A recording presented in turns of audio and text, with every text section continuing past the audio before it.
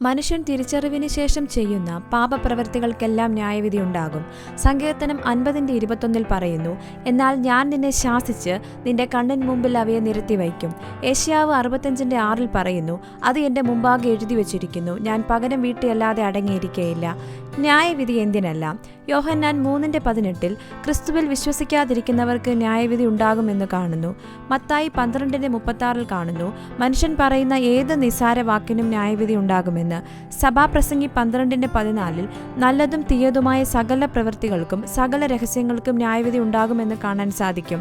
വെളിപ്പാട് 20:13 ഓരോരുത്തന് അവനവന്റെ പ്രവൃത്തിക്കനുസരിച്ച് ന്യായവിധി ഉണ്ടാകുമെന്ന് കാണുന്നു. 2 കൊരിന്ത്യർ 5:10 ഇപ്രകാരം കാണുന്നു, അവനവൻ ശരീരത്തിൽ ഇരിക്കുമ്പോൾ ചെയ്തത് നല്ലതാകിലും തീയതാകിലും അതിന് തക്കവണ്ണം പ്രാപിക്കേണ്ടതിന് നാം എല്ലാവരും ക്രിസ്തുവിന്റെ ന്യായാസനത്തിന്റെ മുമ്പാകെ വെളിപ്പെടേണ്ടതാകുന്നു.